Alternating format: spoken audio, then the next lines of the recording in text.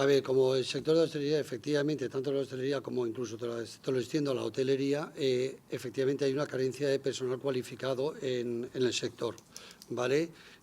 Yo creo que el tema es que no es un tema retributivo, ni muchísimo menos, sino es un tema de comodidad también del trabajador.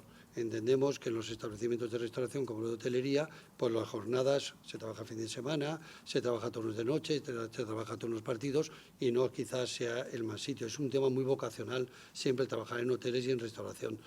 Para eso sí que es cierto que iniciativas como la que estamos teniendo hoy con Casa Caridad, como podemos tener con otras asociaciones a través de los CDTs, que repito, que es una referencia a nivel nacional a la hora de la formación de profesionales del sector, creemos que podremos salir. Pero efectivamente, hoy en día hay una carencia, te puedo confirmar que sí, hoy hay una carencia de personal para los establecimientos, tanto de restauración como para hotelería.